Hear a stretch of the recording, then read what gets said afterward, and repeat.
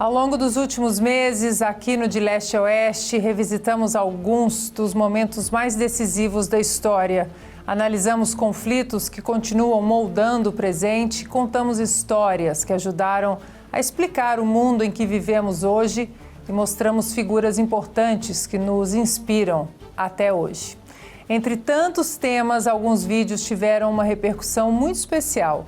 Foram compartilhados milhares de vezes, geraram debates e despertaram o interesse de pessoas que talvez estivessem tendo o primeiro contato com esses episódios históricos.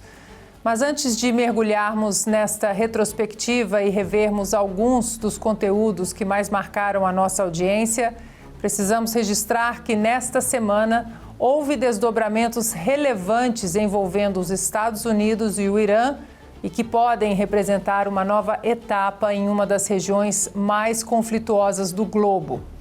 Na próxima semana estaremos de volta com nossa cobertura completa das principais notícias internacionais, ao lado de Flávio Morgenstern, Bernardo Kister e Ivan Kleber, para examinar com profundidade tudo o que aconteceu no mundo. Mas aqui sabemos que o noticiário internacional não se resume apenas à urgência dos acontecimentos. Informação também precisa de perspectiva. E para compreendermos os processos históricos que moldam o mundo em que vivemos e ajudam a explicar muitas das crises do presente, precisamos olhar para o passado. E é exatamente esse o propósito desta edição especial. Por isso, no programa de hoje, resolvemos fazer algo diferente. Reunir alguns dos vídeos mais pedidos e mais assistidos pela nossa audiência.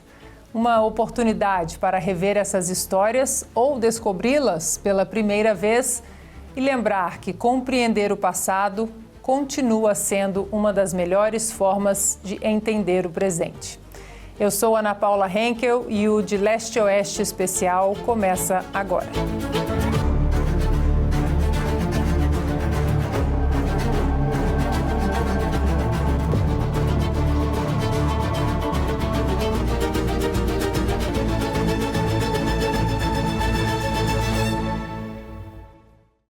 Os conflitos que hoje dominam as manchetes internacionais não surgiram de uma hora para outra. Eles são resultado de décadas e, em alguns casos, de séculos de disputas políticas, religiosas, territoriais e estratégicas que continuam influenciando o equilíbrio de poder em uma das regiões mais importantes do planeta. Entender o Oriente Médio é, em grande medida, entender uma parte essencial da história contemporânea. Ao longo do último ano, dedicamos diversos programas a explicar as origens desses conflitos, o surgimento de atores que moldaram a região e as transformações que ajudam a compreender as crises que ainda desafiam a comunidade internacional.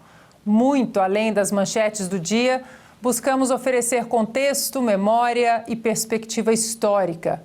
E é justamente por isso que começamos esta edição especial pelo Oriente Médio, para compreender os conflitos que hoje ocupam as manchetes internacionais, é preciso voltar algumas décadas e revisitar acontecimentos que mudaram para sempre o destino da região. Muitos dos desafios geopolíticos do presente nasceram de decisões e rupturas ocorridas ainda no século passado. Em 16 de janeiro de 1979, Mohammad Reza Pahlavi, o último Shah do Irã, deixou o país rumo ao exílio. O que para muitos parecia apenas uma mudança de governo, acabaria se transformando em uma das maiores reviravoltas políticas do século XX, alterando profundamente o equilíbrio de forças no Oriente Médio e inaugurando uma nova era cujos reflexos continuam sendo sentidos até hoje. Para compreender o Irã de hoje, é preciso conhecer a história da queda do Shah. E é justamente para esse momento decisivo que nós voltamos agora.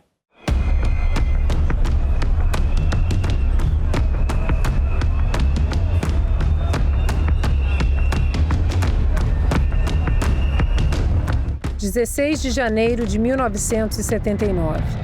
Naquele dia, um avião decolou de Teherã levando Mohammad Reza Pahlavi, o homem que governou o Irã por quase 4 décadas.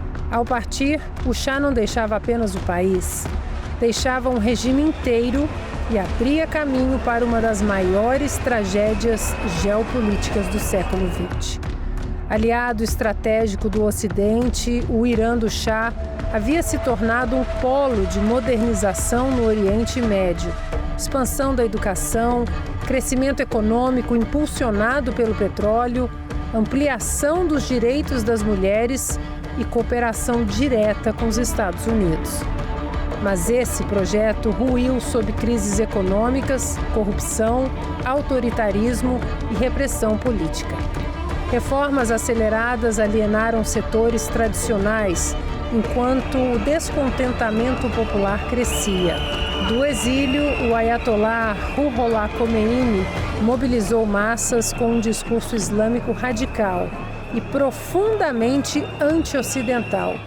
O Ocidente hesitou. Washington, traumatizada pelo Vietnã, acreditou que uma transição moderada seria possível. Não foi. Em fevereiro, o exército declarou neutralidade. O vácuo de poder foi rapidamente ocupado pelas forças mais organizadas e radicais. Poucas semanas depois, Khomeini retornava triunfalmente ao Irã. O que se seguiu não foi liberdade, mas teocracia. Vieram os tribunais revolucionários, execuções em massa, perseguição às mulheres, censura total e terror institucionalizado. Meses depois, a tomada da embaixada americana selava décadas de hostilidade. Desde então, o Irã tornou-se exportador de instabilidade, financiando o terrorismo e espalhando violência pelo Oriente Médio. 47 anos depois, a história retorna. Hoje, protestos tomam todas as províncias do país. A economia colapsa, a moeda despenca, a inflação explode. O povo exige o fim de um regime que prometeu justiça e entregou repressão.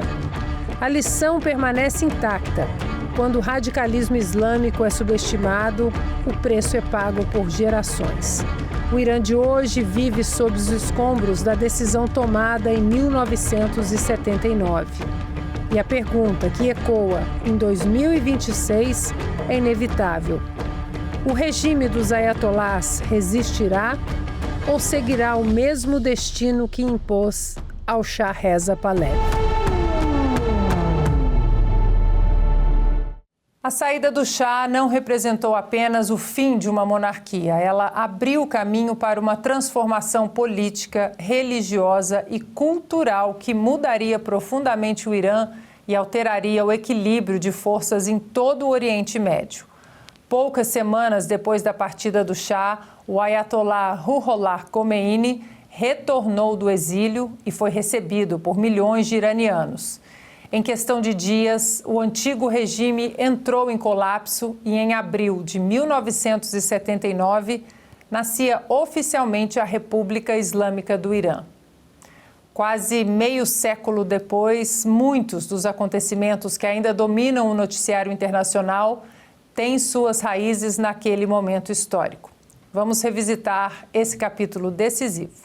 Em 1979, o Irã passou por uma transformação que mudou não só o país, mas o equilíbrio do poder no Oriente Médio e no mundo.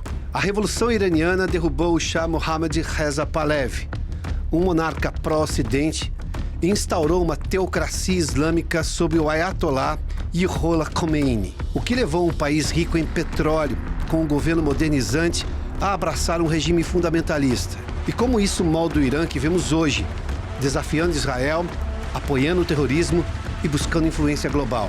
No início do século XX, o Irã era uma monarquia sob a dinastia Pahlavi. O Shah, apoiado pelos Estados Unidos e Reino Unido, promoveu modernizações como reformas agrárias e direitos das mulheres, mas seu governo era autoritário. A repressão a opositores, a desigualdade social e a influência ocidental geraram descontentamento. Enquanto o Shah vivia em palácios, Muitos iranianos enfrentavam a pobreza e o clero xiita, liderado por Khomeini, via a ocidentalização como uma ameaça à identidade islâmica. Exilado desde 1964, Khomeini usava fitas cassete para espalhar mensagens contra o Shah, inflamando protestos. Em 1978, manifestações explodiram. Trabalhadores, estudantes e clérigos se uniram contra o regime. O Shah tentou reprimir, mas a violência só aumentou a revolta. Em janeiro de 1979, ele fugiu do país. Em fevereiro, Khomeini voltou do exílio, recebido por milhões. Rapidamente, ele transformou o Irã numa república islâmica, com uma constituição baseada na Sharia e ele como líder supremo. A monarquia caiu e o Irã virou um estado teocrático e hostil ao Ocidente. As consequências foram imediatas e duradouras. A revolução afastou o Irã dos Estados Unidos, culminando na crise dos reféns da Embaixada Americana entre 1979 e 1981. O regime de Khomeini passou a exportar sua ideologia, apoiando grupos como o Hezbollah e, mais tarde, o Hamas, enquanto buscava armas nucleares para consolidar o seu poder. Hoje, 46 anos depois, o Irã permanece uma força desestabilizadora, financiando o terrorismo e desafiando a ordem global. A Revolução de 1979, além de uma mudança de governo, foi o nascimento de um projeto que ainda ameaça a paz no Oriente Médio e a civilização ocidental. Enquanto o Irã passava por uma transformação que mudaria para sempre sua história, outra crise de enormes proporções começava a ganhar força na região e deixaria marcas profundas nas décadas seguintes. Em dezembro de 1987, teve início a primeira Intifada, um levante palestino que alterou a dinâmica do conflito Israel-Palestino e influenciou profundamente os acontecimentos políticos e de segurança que ainda hoje moldam o Oriente Médio. Compreender aquele momento é compreender também muitas das tensões e impasses e também as tragédias que continuam repercutindo até os dias atuais. Vamos revisitar esse importante capítulo da história.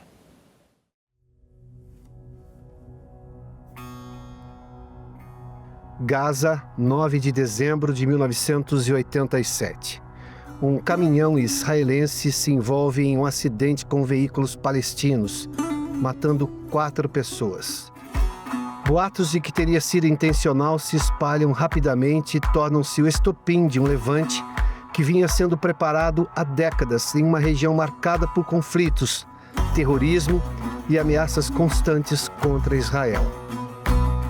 Pela primeira vez, o mundo assiste pelas telas a confrontos diários nas ruas, uma população incentivada por lideranças radicais a atacar soldados e civis israelenses. Assim nasce a primeira Intifada.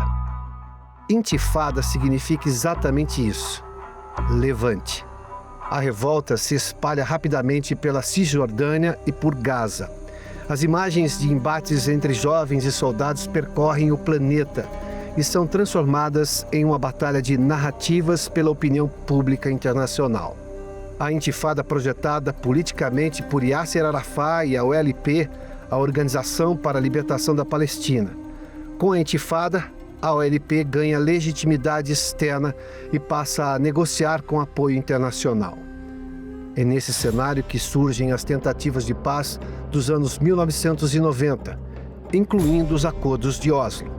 Cada avanço encontra resistência, atentados, sabotagens e disputas internas. A paz não se sustenta enquanto o extremismo fala mais alto que o diálogo. Décadas depois, Israel continua a defender sua segurança diante de ameaças e de grupos que negam seu direito de existir, com barreiras, vigilância constante e defesa permanente.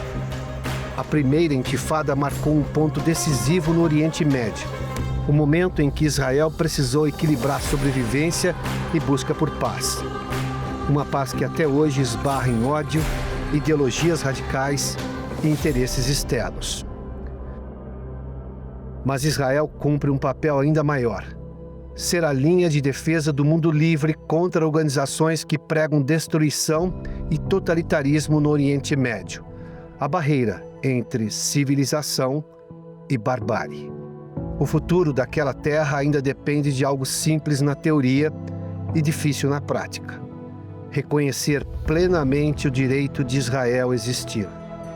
Só então, negociações e convivência pacífica poderão, de fato, prosperar. E encerramos este primeiro bloco voltando ao presente. Há poucas semanas, em meio ao conflito envolvendo Estados Unidos e Irã, o mundo acompanhou uma operação militar que rapidamente passou a ser considerada uma das mais espetaculares missões de busca e resgate da história recente. Durante 36 horas, um aviador americano permaneceu isolado em território inimigo profundo, enquanto uma gigantesca operação era montada para trazê-lo de volta para casa. O resultado foi uma missão que impressionou até antigos adversários políticos e se tornou um símbolo do compromisso militar americano de nunca abandonar um dos seus. Esta é uma história de coragem, tecnologia, planejamento e determinação. Uma história que parece roteiro de cinema, mas aconteceu de verdade. Vamos rever. –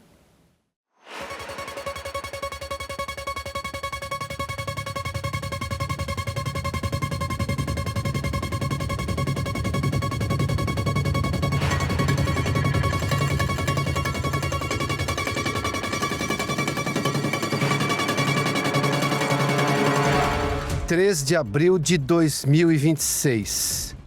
Depois do último fim de semana, os iranianos não deveriam testar tanto a sorte nesta guerra. As Forças Armadas dos Estados Unidos da América realizaram em solo iraniano o que o presidente americano chamou de uma das maiores, mais complexas e mais arriscadas missões de busca e resgate em combate de toda a sua história. Um aviador desaparecido bem no interior das linhas inimigas. Tudo começou na madrugada de sexta-feira da Paixão, quando um caça F-15 foi abatido pelo fogo inimigo. Numa manobra para salvar suas vidas, os 2 tripulantes ejetaram seus assentos, mas ao pousarem de paraquedas ficaram separados por quilômetros. No meio da noite, o presidente autorizou uma missão de resgate de alto risco, com todos os recursos disponíveis. Em poucas horas, o piloto foi encontrado. Mas o segundo tripulante, o operador de armas, ainda estava desaparecido. Durante 36 horas, ele ficou completamente sozinho, em território inimigo profundo, lutando para sobreviver. Apesar do perigo, o oficial seguiu seu treinamento, escalou o terreno montanhoso traiçoeiro e começou a subir em direção a uma altitude mais elevada, algo para o qual foram treinados, a fim de evitar a captura. Ele escalou paredes de penhascos, sangrando profusamente, tratou os próprios ferimentos e entrou em contato com as forças americanas para transmitir sua localização. Ele escalou paredões rochosos, sangrando de forma bastante intensa, tratou os próprios ferimentos e contatou as forças americanas para transmitir sua localização. 13 rescue aircraft and more. A segunda missão de resgate envolveu 155 aeronaves, incluindo 4 bombardeiros, 64 caças, 48 aviões-tanque, 13 aeronaves de resgate e mais. O operador de armas escalou uma montanha de 2.100 metros, se enfiou em uma fenda de rocha, ferido e sangrando, armado apenas com uma pistola, e permaneceu no esconderijo perfeito. Mas era só questão de tempo até os iranianos descobrirem e irem atrás dele. De alguma forma, a informação de que ele ainda não havia sido resgatado começou a vazar. Eles basicamente disseram que nós tínhamos um e que havia alguém desaparecido. Eles não sabiam que tinha alguém desaparecido até que esse vazador deu a informação para a imprensa. Então, quem quer que tenha sido, achamos que vamos descobrir porque vamos até a empresa de mídia que divulgou e vamos dizer: segurança nacional, entreguem-se ou vão para a cadeia. A informação se espalhou e em poucos minutos, o Irã colocou uma recompensa pela cabeça dele, $65 mil. E suas milícias transformaram o evento em uma caçada humana. Um aviador americano, isso seria um troféu e tanto. 14 horas depois da queda, nosso homem enviou um sinal. Ele mandou uma mensagem. He sent a message God is good. Deus é bom. Naquele momento de isolamento e perigo, sua fé e seu espírito de luta brilharam. Abatido numa sexta-feira santa, escondido em uma caverna, em uma fenda durante todo o sábado e resgatado no domingo. Tirado do Irã enquanto o sol nascia no domingo de Páscoa. Um piloto renascido, todos em casa e em segurança. Uma nação em júbilo. Deus é bom. For a nation rejoicing. God is good.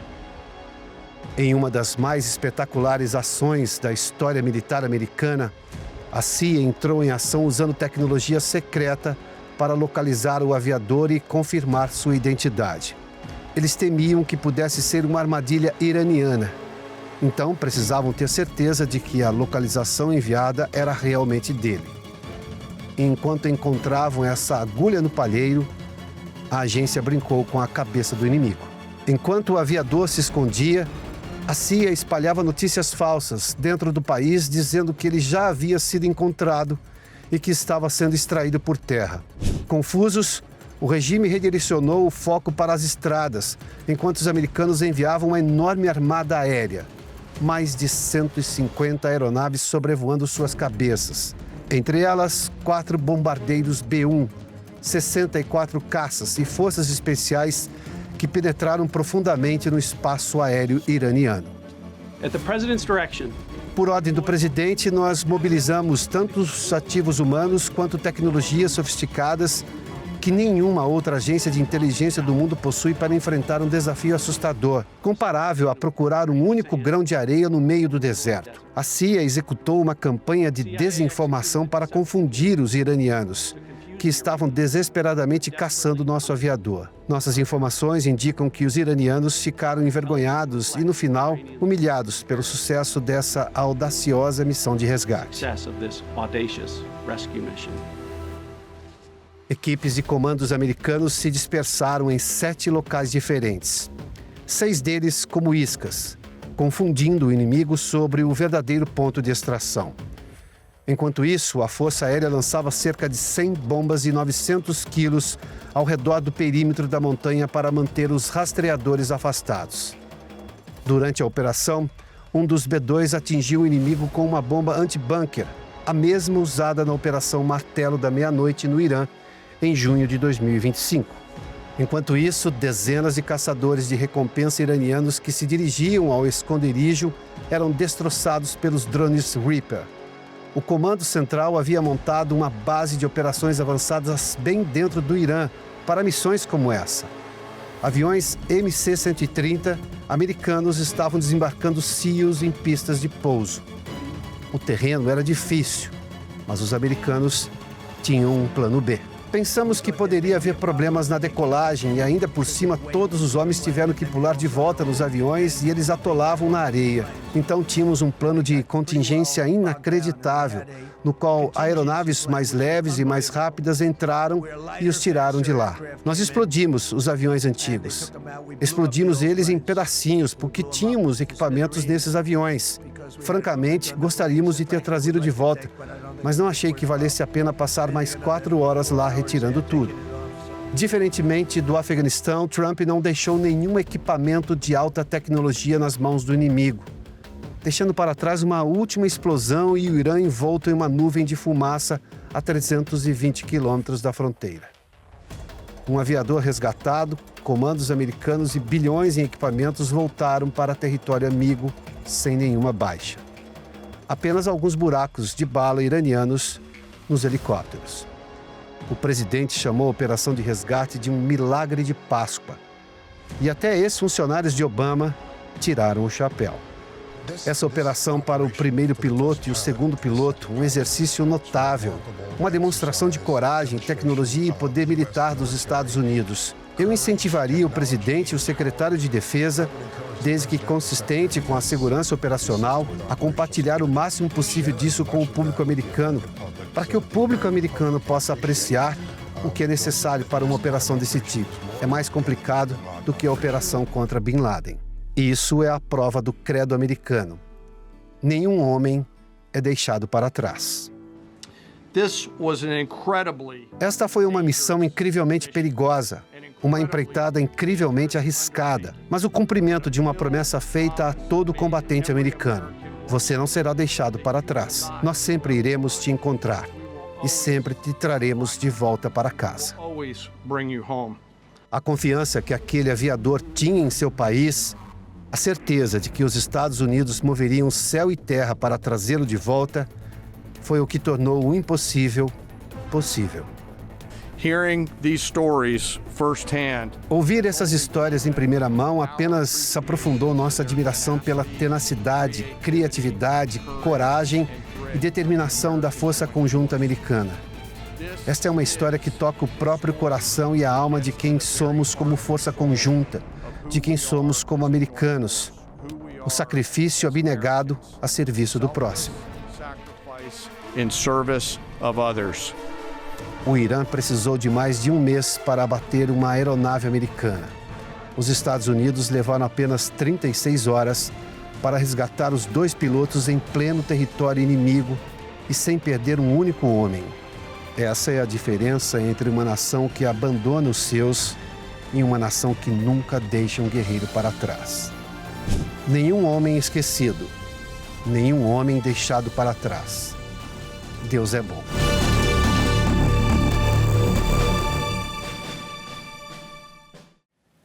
Nós fazemos agora um rápido intervalo e na volta vamos deixar o Oriente Médio e revisitar alguns dos acontecimentos mais marcantes da Segunda Guerra Mundial. A história não se repete exatamente da mesma forma, mas frequentemente rima e talvez nenhum outro acontecimento do século XX continue oferecendo tantas lições sobre liberdade, coragem, liderança e os riscos do totalitarismo quanto aquele conflito que mudou para sempre o destino da humanidade. Até já.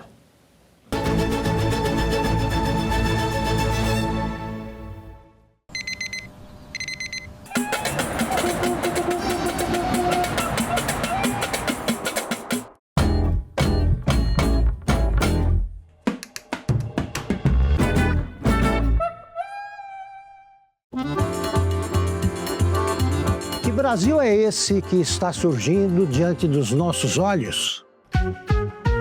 O país vai para frente quando quem trabalha tem a liberdade de produzir e investir no seu próprio futuro. Sem a ajuda do governo e sem atalhos. É isso que ensino a minha filha. É assim que o Brasil avança. É isso que move a Oeste. Quando paramos de simplesmente repetir o que dizem e começamos a entender a realidade. A informação deixa de confundir e passa a esclarecer. Falar a verdade não é uma escolha, é um dever. Essa é uma bandeira da Oeste. É esse o Brasil que eu quero. Com uma imprensa livre. E com um governo que interfere minimamente na vida dos cidadãos. E cobre menos impostos. Um país liderado por gente que defende a Constituição. E respeita os 3 poderes: legislativo, executivo e judiciário. Cada um com a sua função, independente entre si. Um país que tem fé e alegria de viver. Esse Brasil é majoritário entre os que vivem aqui. Esse é o Brasil em que a Oeste acredita. Esse é o país que a Oeste está ajudando a construir. Esse é o meu Brasil. Esse é o meu Brasil. Esse é o meu Brasil. Se você acredita nesse Brasil, assine a Oeste. Faça parte desse Brasil. Faça parte da Oeste.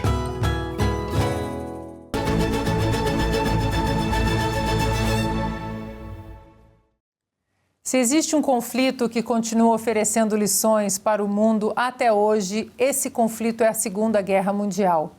Foi um período em que nações inteiras foram colocadas à prova e em que decisões tomadas sob enorme pressão mudaram o destino de milhões de pessoas. Nossa retrospectiva começa em maio de 1940.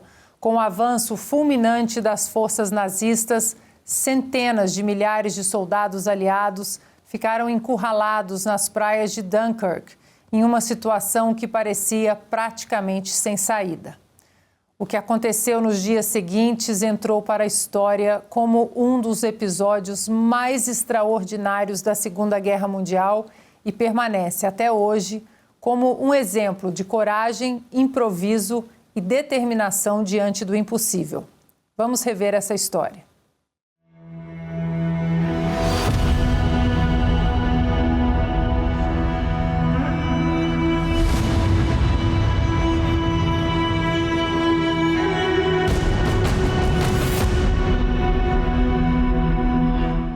Na primavera de 1940, a Europa parecia desmoronar. Países eram sucessivamente ocupados pelas tropas de Adolf Hitler, enquanto governos fragilizados sucumbiam ao medo, à desorganização e à sensação de que talvez já não fosse possível deter a máquina de guerra alemã. Em maio daquele ano, centenas de milhares de soldados aliados estavam encurralados na cidade portuária de Dunkerque, no norte da França. Isolada entre o mar e os inimigos, a multidão de combatentes ficara exposta a uma catástrofe militar sem precedentes. Se aqueles homens fossem capturados ou mortos, a Grã-Bretanha perderia grande parte de suas forças armadas. A sobrevivência dos valores ocidentais começara a parecer improvável. Enquanto aviões bombardeavam o porto, homens exaustos e feridos vasculhavam o mar com os olhos, tentando enxergar embarcações enviadas para socorrê-los. Nesse cenário desesperador, teve início um dos episódios mais extraordinários da Segunda Guerra Mundial. O governo britânico, sob o comando do primeiro-ministro Winston Churchill, acionou a Operação Dínamo. Navios militares avançaram pelo Canal da Mancha, mas logo ficou claro que apenas a Marinha não conseguiria retirar ilesos todos os soldados.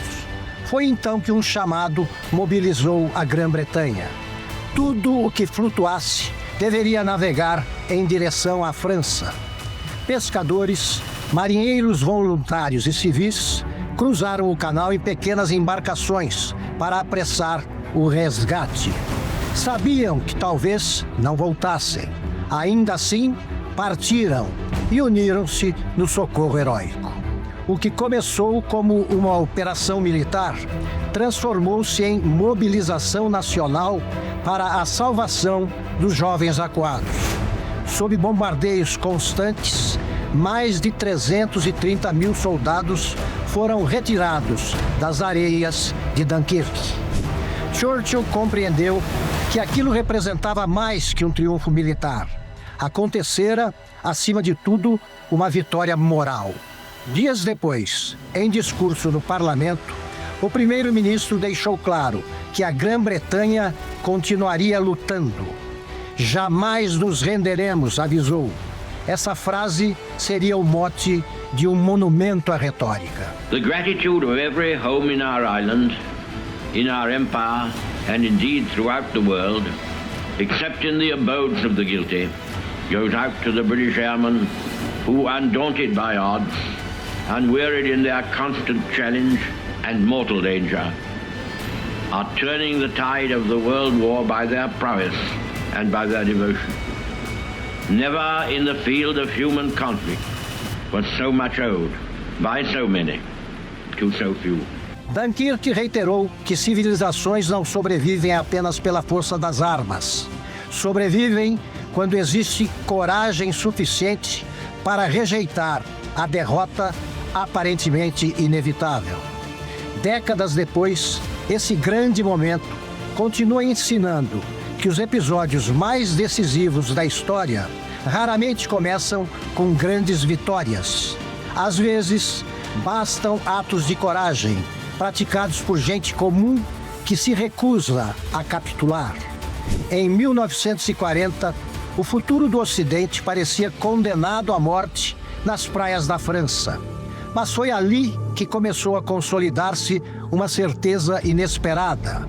Pequenos barcos tripulados pela coragem silenciosa de heróis anônimos, enviaram a mensagem histórica. A retirada fora um avanço. A luz venceria a escuridão. A retirada de Dunkirk permitiu que a Grã-Bretanha continuasse lutando, mas o conflito ainda estava longe do fim e pouco mais de um ano depois, um acontecimento do outro lado do planeta mudaria definitivamente o rumo da guerra. Na manhã de 7 de dezembro de 1941, a base naval americana de Pearl Harbor foi surpreendida por um ataque japonês que chocou o mundo e levou os Estados Unidos a entrarem oficialmente na Segunda Guerra Mundial. Um domingo que começou em aparente tranquilidade e terminou mudando para sempre o curso da história. Vamos rever esse momento decisivo. 7 de dezembro de 1941. Era uma silenciosa manhã de domingo. A base naval de Pearl Harbor ainda despertava quando o céu do Havaí foi cortado por aviões japoneses.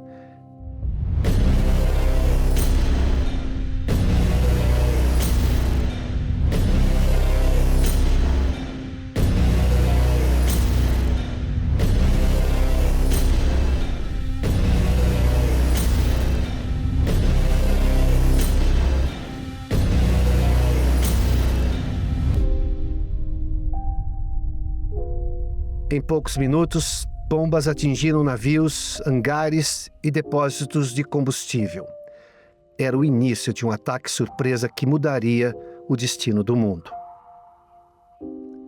O plano japonês era simples: destruir a frota americana no Pacífico e garantir a expansão do império pelo Sudeste Asiático. Petróleo, borracha, rotas marítimas, tudo estava em jogo. A carnificina foi devastadora. O couraçado Arizona explodiu em segundos. O Oklahoma virou de ponta cabeça. O Nevada tentou sair do porto para não bloquear o canal, mas foi duramente alvejado. Outros couraçados, como West Virginia, o Califórnia e o Tennessee, também foram afundados ou seriamente danificados. Mais de 2.400 mortos, milhares de feridos. A base em chamas. Para Tóquio, aquele parecia o golpe perfeito. Mas havia algo que os japoneses não destruíram: os porta-aviões americanos que não estavam no porto. Eles seriam a resposta que mudaria a história. No dia seguinte, Franklin Delano Roosevelt fala ao Congresso. Com voz firme, declara guerra ao Japão. Horas depois, a Alemanha e a Itália declaram guerra aos Estados Unidos. A partir daquele momento, os Estados Unidos entram oficialmente na Segunda Guerra Mundial. A guerra que devastava a Europa e o Pacífico se torna, de fato, global. De um ataque que deveria imobilizar a América, nasce um gigante militar. O país, que ainda tentava se recuperar da Grande Depressão, entra com força total no maior conflito da história. Fábricas se tornam arsenais, jovens atravessam oceanos. O Pacífico vira campo de batalha. 4 anos depois, a situação se inverte completamente. O Japão está derrotado. As cidades de Hiroshima e Nagasaki devastadas. E os Estados Unidos emergem como a maior potência econômica e militar do planeta. O ataque surpresa japonês a uma base naval americana mudaria completamente a direção da guerra e redesenharia o mapa do poder mundial. A partir dali, o Pacífico deixaria de ser uma fronteira distante e se tornaria o centro da vigilância, da doutrina militar e da presença estratégica dos Estados Unidos. Pearl Harbor marcou o instante em que uma nação ferida levantou a cabeça, jurou sobreviver e tomou para si o comando do século. E o mundo assistiu ao nascimento de uma superpotência.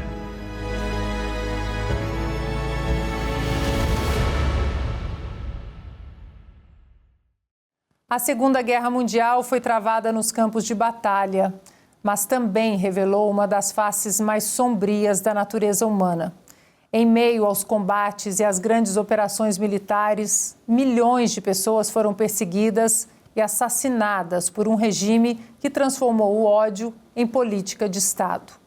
Quando as tropas aliadas chegaram a Auschwitz, em janeiro de 1945, o mundo foi confrontado com uma realidade que parecia impossível de imaginar.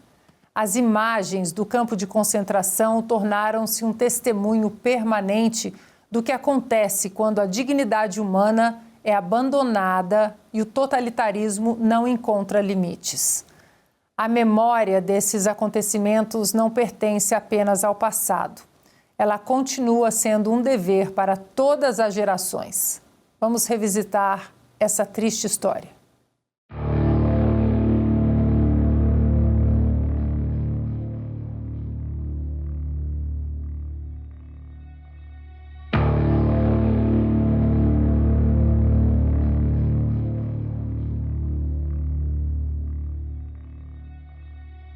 No dia 27 de janeiro de 1945, o mundo testemunhou um dos momentos mais emblemáticos da história.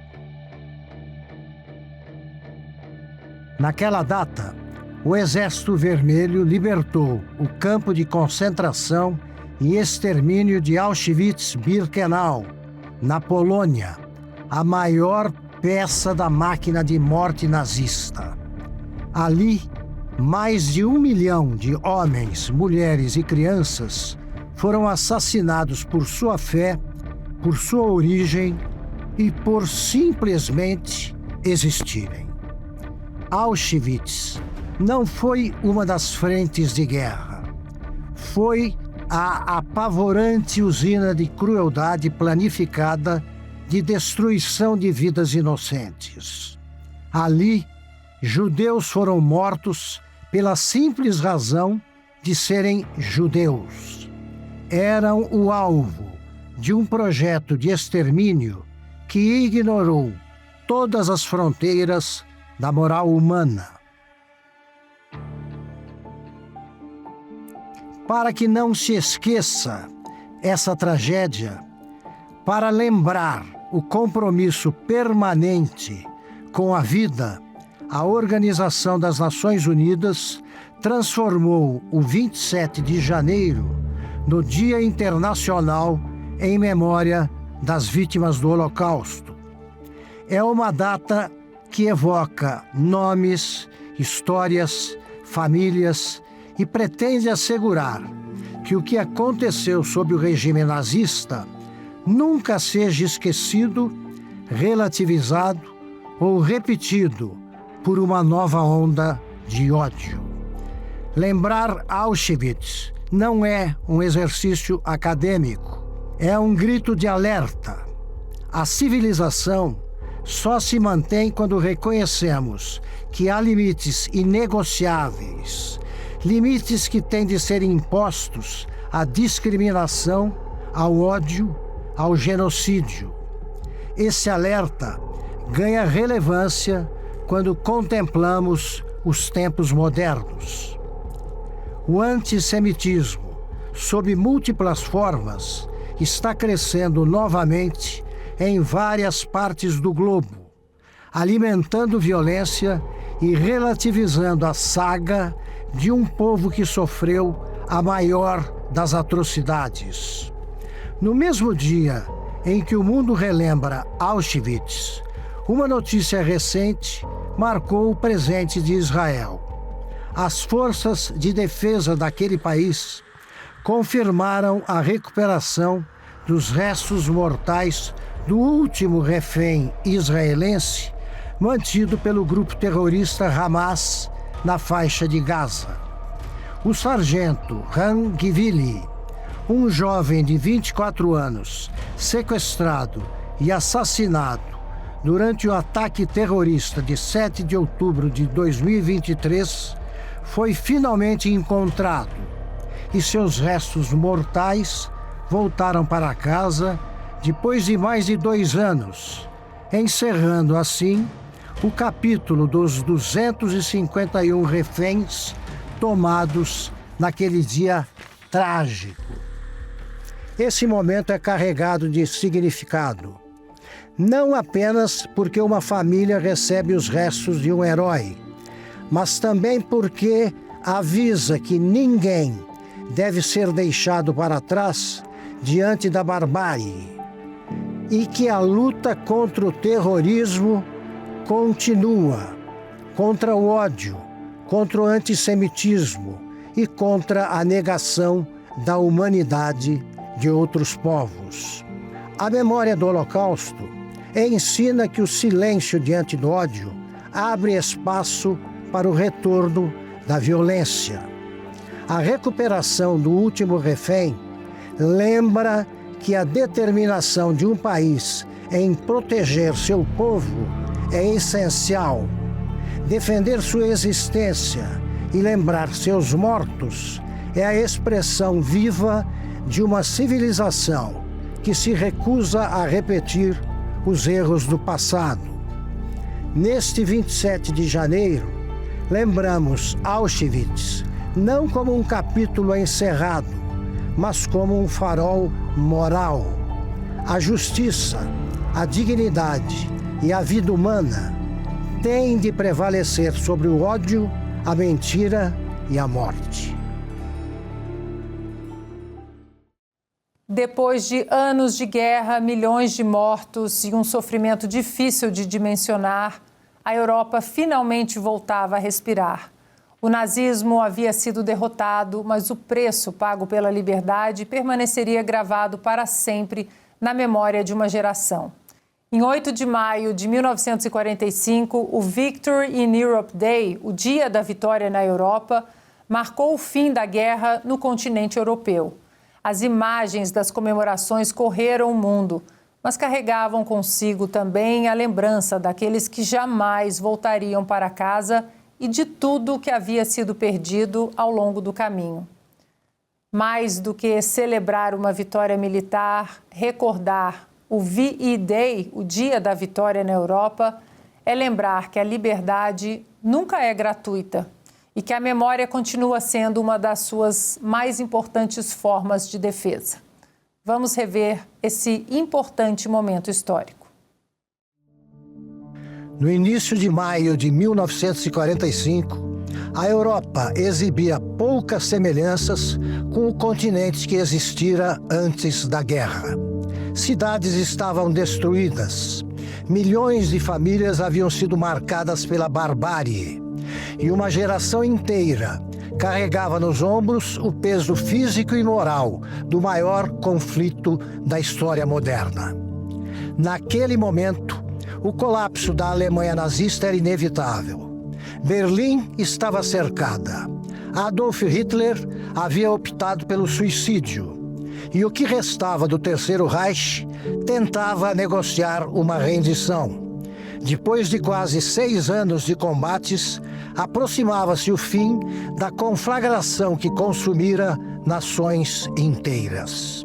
Na madrugada de 7 de maio de 1945, na cidade francesa de Reims, representantes do alto comando alemão enfim aceitaram a rendição incondicional. Horas depois, outra cerimônia em Berlim formalizou o encerramento da guerra na Europa. A rendição entrou em vigor às 23h01 do dia 8 de maio. A notícia atravessou o mundo com velocidade impressionante. Em Londres, multidões ocuparam as imediações do Palácio de Buckingham. Em Paris, bandeiras reapareceram nas janelas depois de anos de ocupação e medo. Em Nova York, a Times Square foi tomada pela multidão que se abraçava, chorava e celebrava a própria sobrevivência. Havia alívio, sem dúvida. Havia alegria, mas havia também a consciência de que um preço altíssimo fora pago para impedir que a Europa civilizada e democrática desaparecesse. Seria substituída por um regime amparado no culto ao poder na perseguição ideológica e na destruição sistemática da dignidade humana. A vitória dos aliados não resultara apenas de estratégias militares ou superioridade industrial. O triunfo foi alcançado por uma geração inteira de homens e mulheres que compreendeu, talvez de forma mais clara do que qualquer outra, o que realmente estava em jogo. Jovens soldados atravessaram oceanos, desembarcaram em praias sob fogo cruzado, suportaram invernos brutais e combateram durante anos, porque entendiam que aquela guerra não se restringia à delimitação de fronteiras ou disputas territoriais. Lutava-se pela sobrevivência de uma civilização. Muitos combatentes não voltaram para casa. Outros regressaram com cicatrizes físicas e emocionais que os acompanhariam pelo resto da vida. Ainda assim, seguiram adiante, movidos por um senso de dever que hoje é difícil imaginar. Tratava-se de uma geração que enfrentou privações terríveis e bombardeios constantes sem saber se venceria. Essa é uma das razões pelas quais o Dia da Vitória na Europa continua provocando tamanho impacto emocional. As imagens de maio de 1945 representam mais que o encerramento de uma guerra. Elas eternizam o momento em que sociedades livres, pressionadas até o limite, resistiram ao avanço de um projeto totalitário que parecia destinado a dominar o continente europeu. Quase simultaneamente, o presidente americano Harry Truman registrou que aquela vitória exigia humildade e responsabilidade. A Europa estava devastada. Campos de concentração revelavam ao mundo crimes cometidos pelo regime nazista em escala industrial. Milhões de mortos expunham o resultado de anos de radicalização ideológica, culto à violência e destruição deliberada dos limites morais. Havia ainda circunstâncias perturbadoras. A guerra continuava no Pacífico. O mundo, portanto, não estava completamente em paz. Mesmo assim, o 8 de maio de 1945 entrou para a história como um dos dias mais simbólicos do século XX. A data evoca mais que a derrota militar da Alemanha nazista. Lembra também a sobrevivência de valores, instituições e princípios que pareceram condenados à extinção.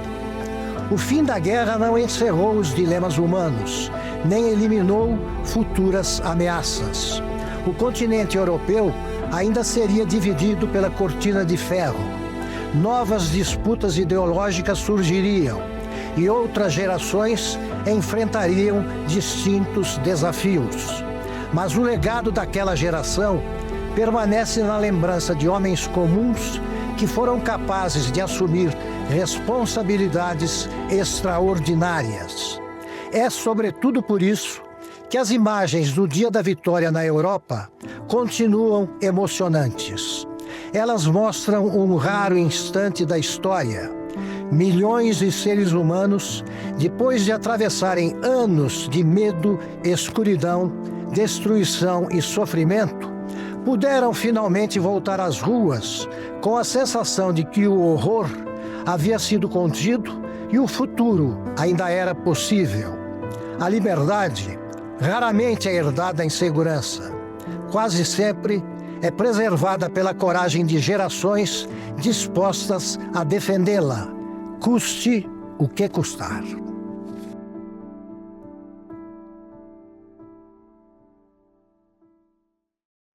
Nós fazemos agora mais um rápido intervalo. Na volta, deixaremos os campos de batalha da Segunda Guerra Mundial para revisitar alguns dos momentos mais marcantes da Guerra Fria.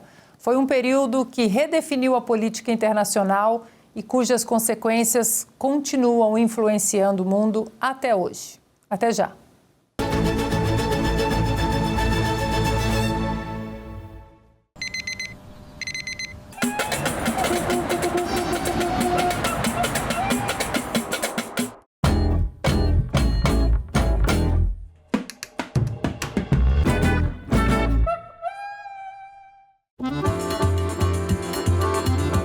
Brasil é esse que está surgindo diante dos nossos olhos?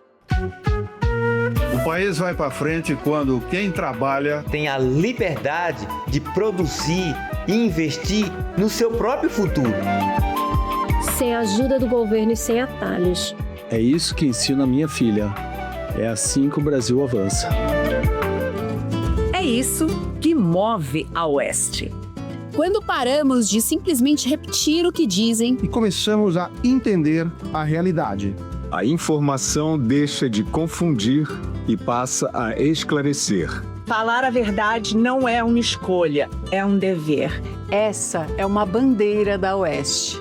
É esse o Brasil que eu quero. Com uma imprensa livre. E com um governo que interfere minimamente na vida dos cidadãos. E cobre menos impostos. Um país liderado por gente que defende a Constituição.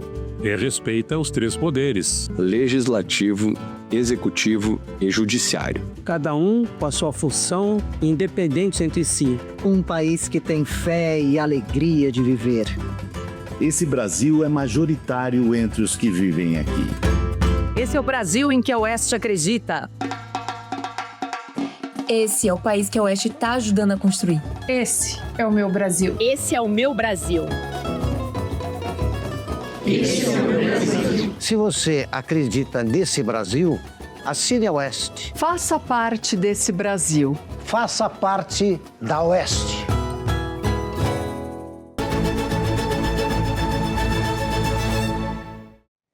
Se a Segunda Guerra Mundial foi marcada pelos grandes campos de batalha, a Guerra Fria transformou o planeta em um permanente tabuleiro estratégico.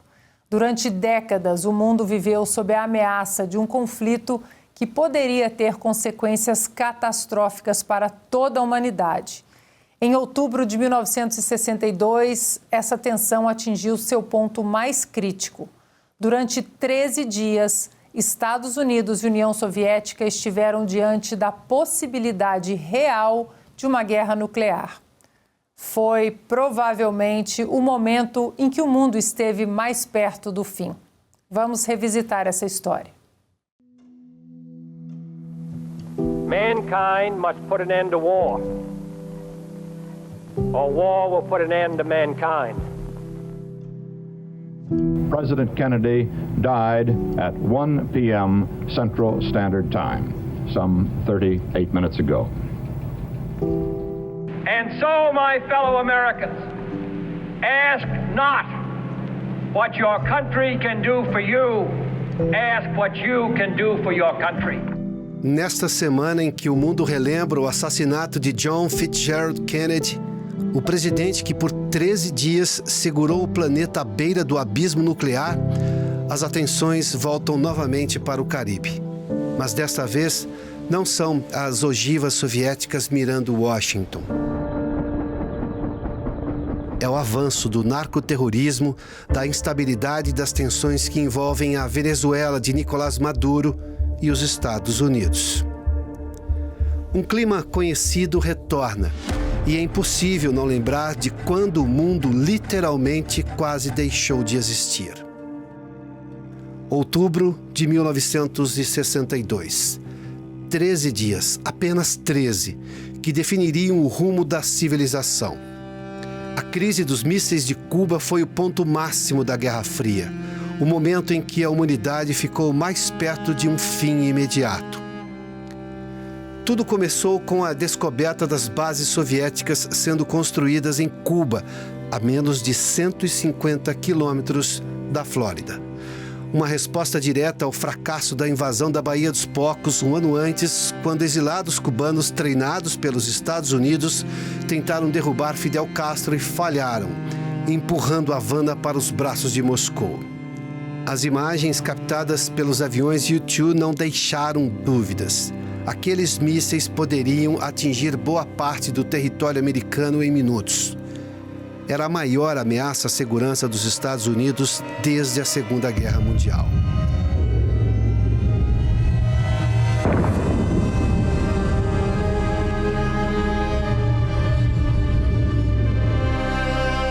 Do outro lado, Nikita Khrushchev via naquilo uma oportunidade estratégica. equilibrar o jogo e pressionar Washington, respondendo aos mísseis americanos instalados na Turquia. O mundo prendeu a respiração. Kennedy convocou seu Conselho de Segurança. Bombardear, invadir Cuba, negociar. Qualquer movimento poderia acender o estopim da Terceira Guerra Mundial. Generais pressionavam por ataque imediato e navios soviéticos avançavam pelo Atlântico em direção ao bloqueio naval imposto pelos Estados Unidos. Foi então que veio a virada. Cartas tensas, quase desesperadas, trocadas entre Kennedy e Khrushchev, revelaram que ambos sabiam estar a centímetros do irreversível. Nos bastidores, diplomacia, cálculo e coragem construíram o acordo impossível. Os soviéticos removeriam seus mísseis de Cuba, os Estados Unidos se comprometeriam a não invadir a ilha e, em segredo, meses depois, retirariam seus mísseis da Turquia. Em 28 de outubro de 1962, a humanidade respirou. Kennedy emergiu como o líder que impediu o apocalipse nuclear, mas o preço psicológico foi imenso. A Guerra Fria seguiu mais armada, mais tensa e mais desconfiada. E o planeta nunca mais esqueceu quão perto esteve do fim.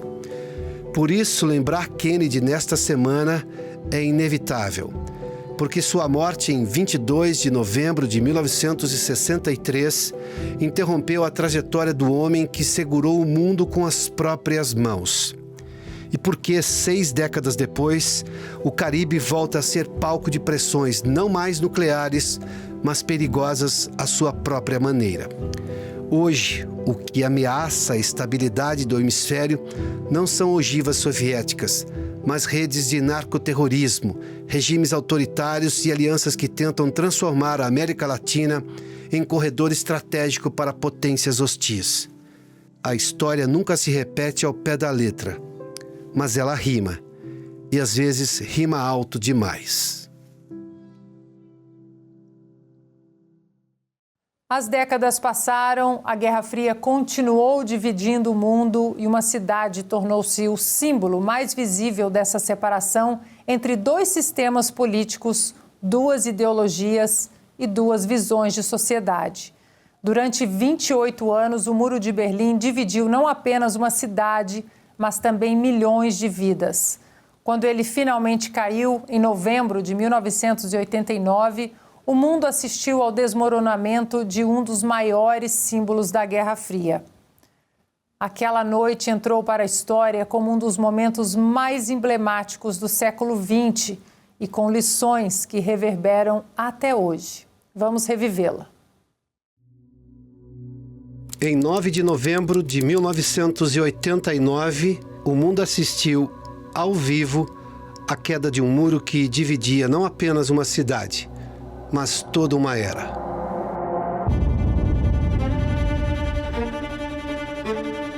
O Muro de Berlim havia sido erguido em 1961, no auge da Guerra Fria, para separar o leste socialista do oeste capitalista. De um lado, o regime comunista da Alemanha Oriental, sustentado pela União Soviética. Do outro, a Alemanha Ocidental, livre, democrática e apoiada pelos Estados Unidos e seus aliados da OTAN. Durante 28 anos, aquele muro representou a linha visível da divisão do mundo. Famílias foram separadas, milhares morreram tentando atravessá-lo. E a cidade de Berlim tornou-se o palco mais simbólico do confronto entre liberdade e controle, entre capitalismo e comunismo, entre o indivíduo e o Estado. Mas o muro não caiu de um dia para o outro. Ele começou a ruir muito antes do primeiro pedaço de concreto despencar. Durante toda a década de 1980, a crise interna dos regimes socialistas se aprofundou. Economias em colapso, escassez de alimentos, censura, repressão e perda de legitimidade. Ao mesmo tempo, a União Soviética de Mikhail Gorbachev iniciava um processo de abertura com as políticas de perestroika e glasnost, reestruturação e transparência. Mas a história da queda do muro não se explica apenas por dentro do bloco comunista. Ela também foi impulsionada por líderes do Ocidente livre que se recusaram a aceitar a divisão do mundo. Entre essas vozes, 3 gigantes. Margaret Thatcher, a primeira-ministra britânica que acreditava que o colapso do socialismo era inevitável diante da força moral e econômica das democracias ocidentais. Thatcher foi decisiva ao apoiar reformas pró-mercado e fortalecer o eixo atlântico com uma mensagem simples: a liberdade exige coragem e responsabilidade. Ronald Reagan, presidente dos Estados Unidos, que em 12 de junho de 1987, diante do portão de Brandemburgo, ergueu a voz e lançou um desafio histórico ao líder soviético que ia muito além da separação física do muro erguido. Mr. Gorbachev, tear down this wall. Uma frase que ecoou como profecia e desafio. A terceira voz, talvez a mais inesperada, foi a de João Paulo II, o Papa polonês que em 1979, ao visitar a Polônia, despertou um povo inteiro da apatia imposta pelo regime soviético. O movimento Solidariedade, liderado por Lech Wałęsa, ganhou força e se tornou o estopim da resistência popular. O comunismo, sustentado pelo medo, começava a ruir por dentro. Non abbiate paura! Essas 3 forças, política, moral e espiritual, abriram brechas no muro muito antes de que ele caísse fisicamente. E quando o regime tentou resistir, já era tarde demais. Na noite de 9 de novembro de 1989, diante das câmeras do mundo inteiro, o muro começou a desabar. Martelos, marretas e mãos nuas derrubaram o símbolo mais concreto da divisão do século XX. As imagens mostravam a mensagem irrefutável. O muro de Berlim não havia caído, mas derrubado por homens e mulheres de coragem que bateram forte na pedra fria da opressão e abriram com as próprias mãos o caminho da liberdade. A queda do Muro de Berlim mostrou que uma época estava chegando ao fim, mas o capítulo decisivo ainda estava por ser escrito. Em dezembro de 1991, a União Soviética deixou oficialmente de existir. Depois de quase 7 décadas, desapareceria uma das maiores potências da história e chegava ao fim a ordem mundial que havia marcado praticamente toda a segunda metade do século XX. Um acontecimento que mudou o mapa do mundo, redesenhou o equilíbrio internacional e continua influenciando a política global até os dias de hoje. Vamos revisitar esse momento histórico.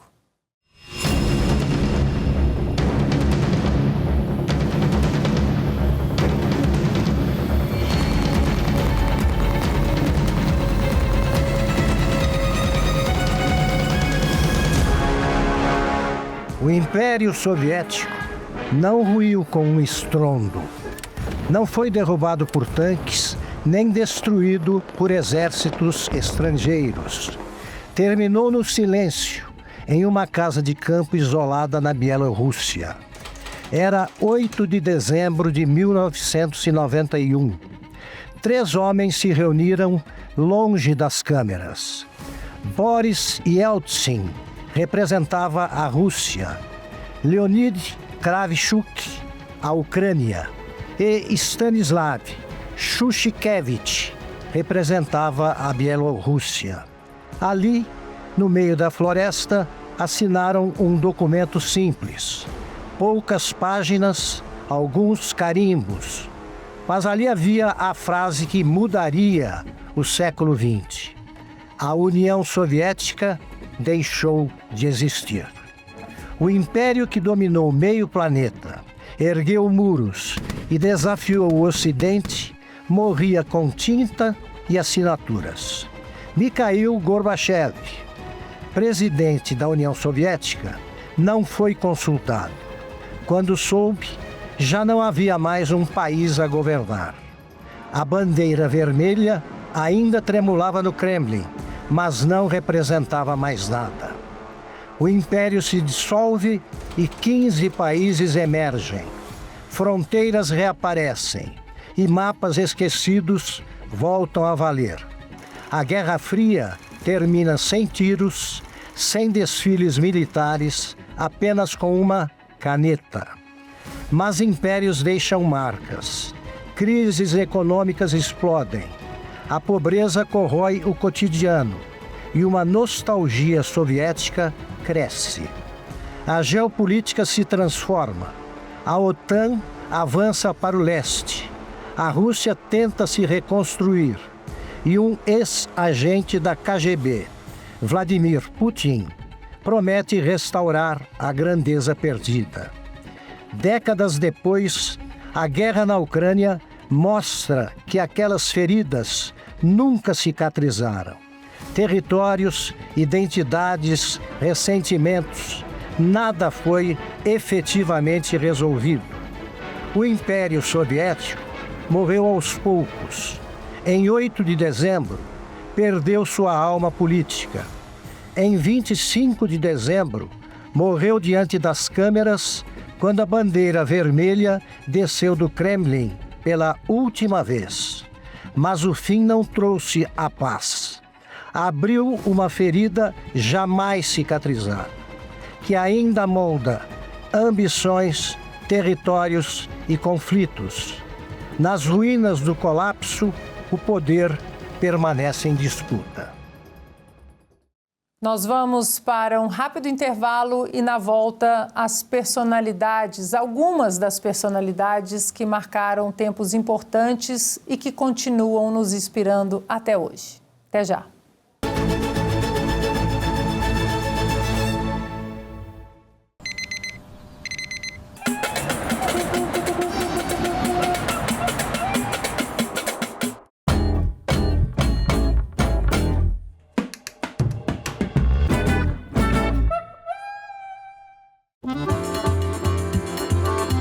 Que Brasil é esse que está surgindo diante dos nossos olhos? O país vai para frente quando quem trabalha tem a liberdade de produzir e investir no seu próprio futuro. Sem a ajuda do governo e sem atalhos. É isso que ensino a minha filha. É assim que o Brasil avança. É isso que move a Oeste. Quando paramos de simplesmente repetir o que dizem e começamos a entender a realidade. A informação deixa de confundir e passa a esclarecer.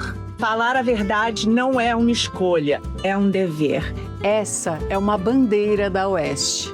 É esse o Brasil que eu quero. Com uma imprensa livre. E com um governo que interfere minimamente na vida dos cidadãos. E cobre menos impostos. Um país liderado por gente que defende a Constituição. E respeita os três poderes: legislativo, executivo e judiciário. Cada um com a sua função, independente entre si. Um país que tem fé e alegria de viver. Esse Brasil é majoritário entre os que vivem aqui. Esse é o Brasil em que a Oeste acredita. Esse é o país que a Oeste está ajudando a construir. Esse é o meu Brasil. Esse é o meu Brasil. Esse é o meu Brasil. Se você acredita nesse Brasil, assine a Oeste. Faça parte desse Brasil. Faça parte da Oeste.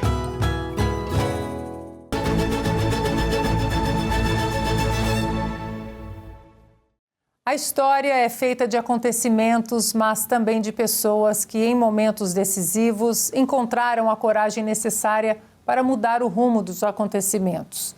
Algumas dessas vozes continuam inspirando gerações muito tempo depois de terem partido.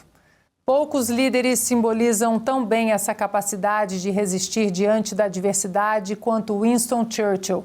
Em um dos momentos mais sombrios da história europeia, sua liderança e suas palavras ajudaram a sustentar a esperança de uma nação inteira. Vamos revisitar a trajetória e o legado de um dos maiores estadistas do século XX.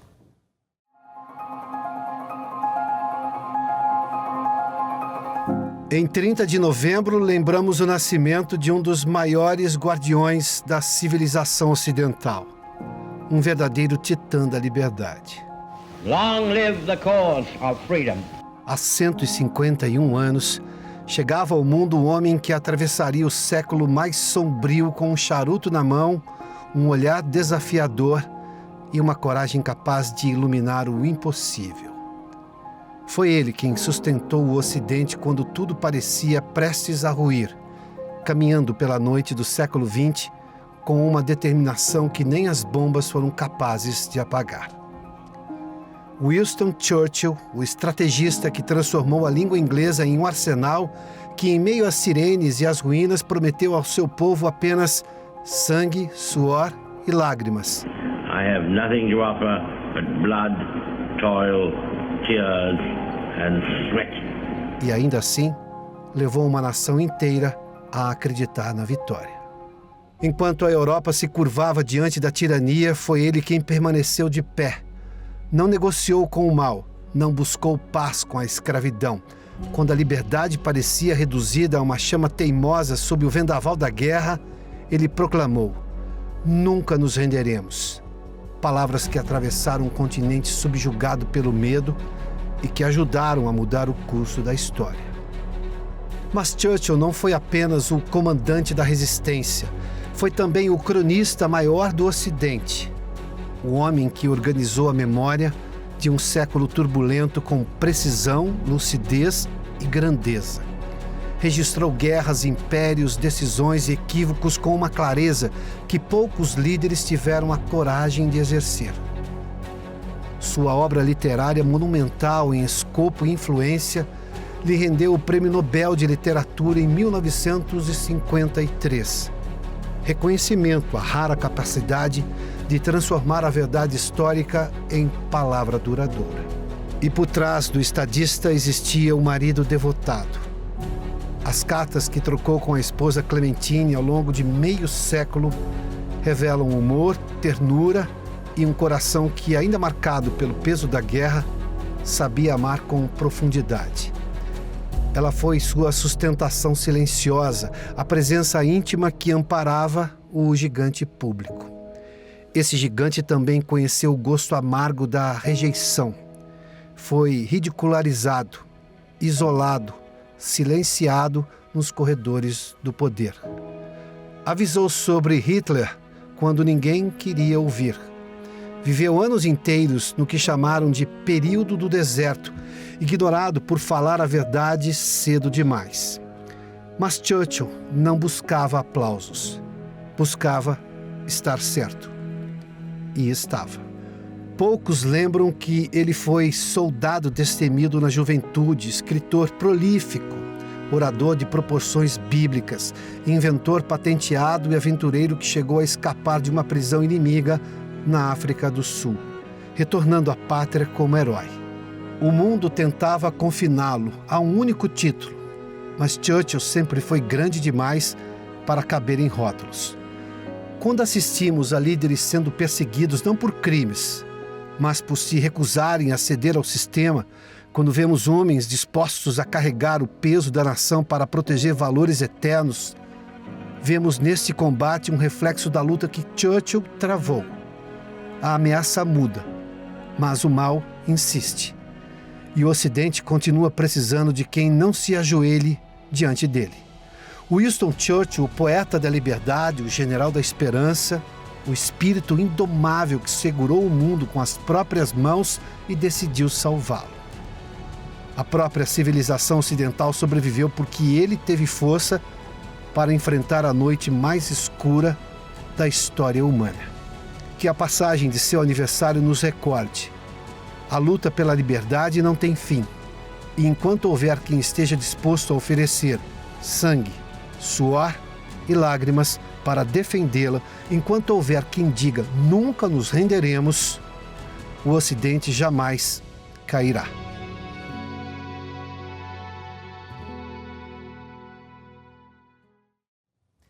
Algumas pessoas mudam a história pela força das armas, outras pela força das ideias e pela coragem de defender princípios mesmo diante da perseguição e da violência. Martin Luther King Jr. tornou-se um dos grandes símbolos da luta pelos direitos civis nos Estados Unidos e deixou um legado que continua inspirando pessoas muito além das fronteiras americanas. Sua voz foi silenciada por um assassino, mas sua mensagem continua atravessando gerações. Vamos revisitar essa incrível história.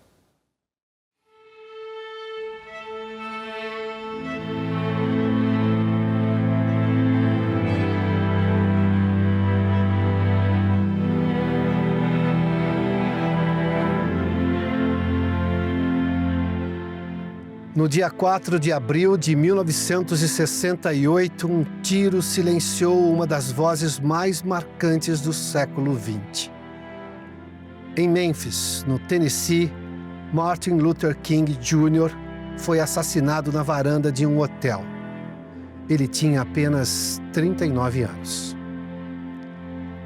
A notícia percorreu o país como um choque e por instantes pareceu que não apenas um homem havia sido atingido, mas a própria esperança de reconciliação de uma nação revelava o quanto ainda era frágil diante de suas próprias contradições.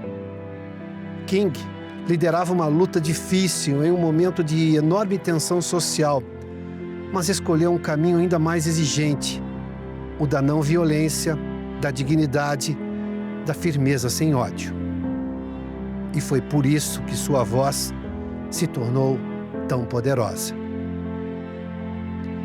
Anos antes, em Washington, diante de milhares de pessoas, ele havia dito: I have a dream.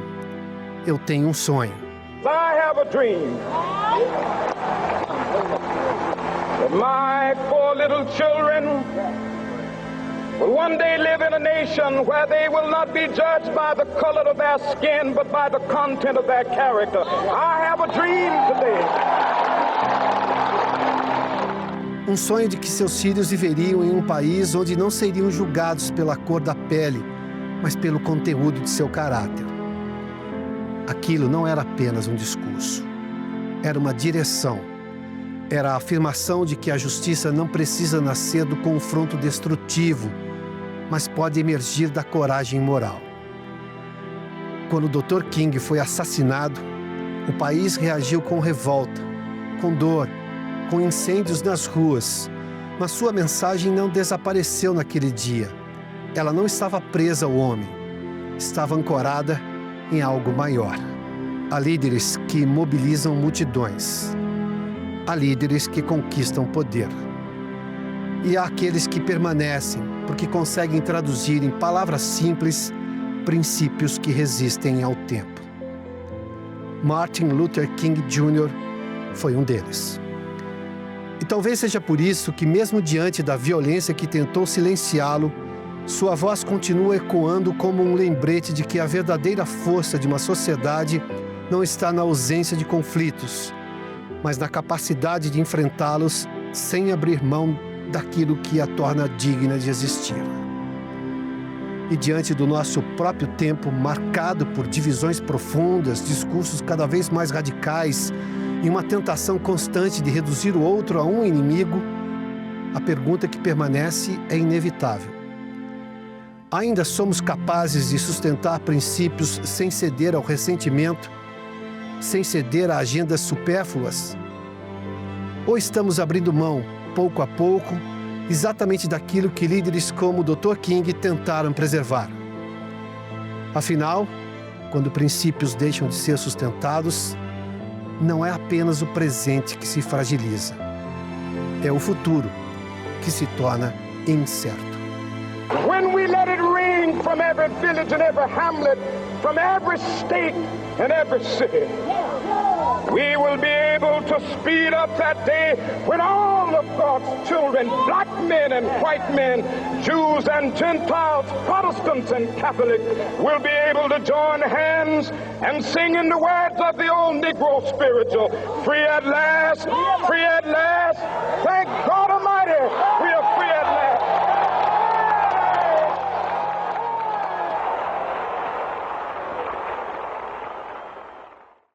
Ao Ao longo deste programa, revisitamos guerras, revoluções, crises e acontecimentos que mudaram o destino de nações inteiras.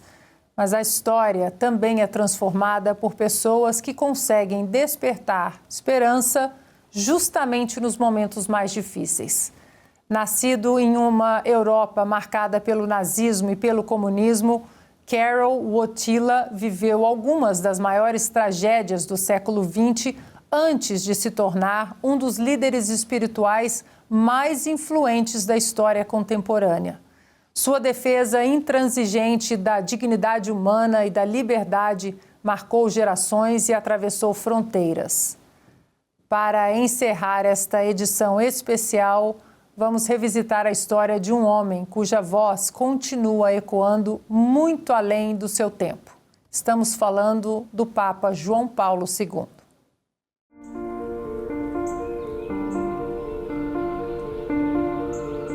Há 21 anos, no dia 2 de abril de 2005, o mundo assistia ao fim terreno de um dos maiores líderes do século XX. Karol Józef Wojtyła, conhecido como Papa João Paulo II, faleceu no Vaticano, após uma longa e dolorosa agonia pública marcada pela doença de Parkinson. Aos 84 anos, deixava para trás um pontificado de 26 anos e meio, o terceiro mais longo da história, e um legado que ainda molda o Ocidente e a compreensão do que significa defender a dignidade humana. Nascido na Polônia em 1920, Wojtyła viveu na carne as duas grandes tragédias do século passado, o nazismo e o comunismo.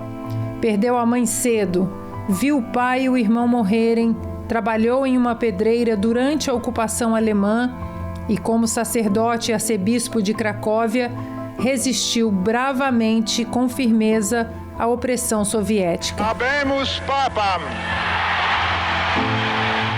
Quando foi eleito Papa em 1978, o primeiro eslavo e o primeiro não italiano em mais de 4 séculos, trouxe para o trono de Pedro a experiência de quem sabia o preço da liberdade e o valor da verdade. Seu pontificado foi marcado por uma coragem civilizacional rara. Em 1979, ao voltar à Polônia, disse à multidão oprimida pelo regime soviético a frase que se tornaria pilar de seu pontificado: não tenhais medo. Non abbiate paura. Non abbiate paura. Aquelas palavras simples acenderam uma chama que anos mais tarde ajudou a derrubar o muro de Berlim e a desmantelar o Império Soviético sem uma guerra mundial.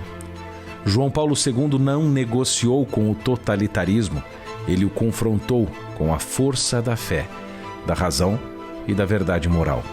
Defendeu a liberdade religiosa, a dignidade inata de cada pessoa e a ideia de que o homem não é mero produto da história ou da economia, mas criatura feita à imagem de Deus.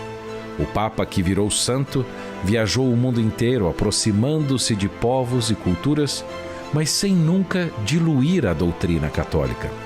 João Paulo II lembrou constantemente que a civilização cristã é a civilização do amor, em oposição às ideologias de ódio como o nazismo e o comunismo que marcaram o século XX.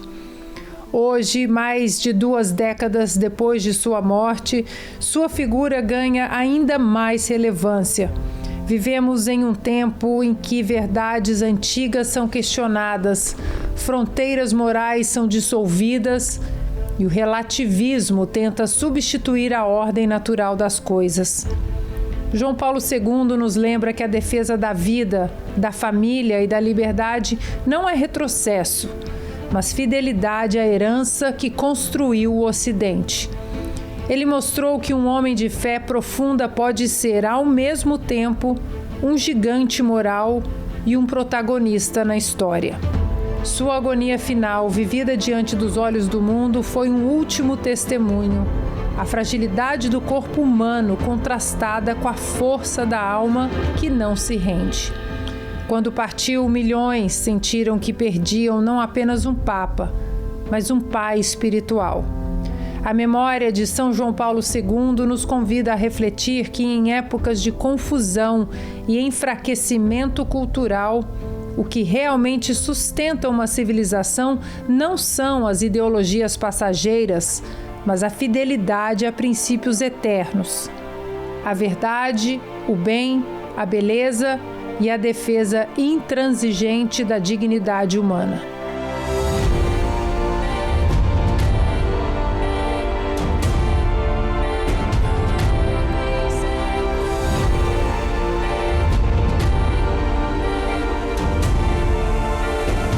Non abbiate paura.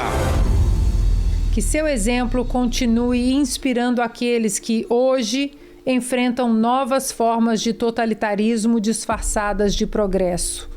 A coragem de não ter medo, a firmeza nas bases civilizacionais e o amor pela pessoa humana permanecem mais necessários do que nunca. A memória é uma das formas mais importantes de resistência. Resistência contra o esquecimento, contra a mentira, contra a tentação de acreditar que os grandes desafios da humanidade começaram apenas ontem, ou que nossos problemas atuais não têm solução. Afinal, homens e mulheres antes de nós enfrentaram guerras, ditaduras, genocídios, perseguições e crises que parecem intransponíveis. E ainda assim, encontraram coragem para resistir, sabedoria para reconstruir e esperança para recomeçar. Esperamos que esta edição especial tenha sido também um convite para revisitar não apenas acontecimentos, mas exemplos de coragem, de liderança, de fé e de defesa da liberdade que continuam inspirando o nosso tempo. Muito obrigada pela sua companhia, que Deus abençoe você e sua família e até o próximo De Leste a Oeste.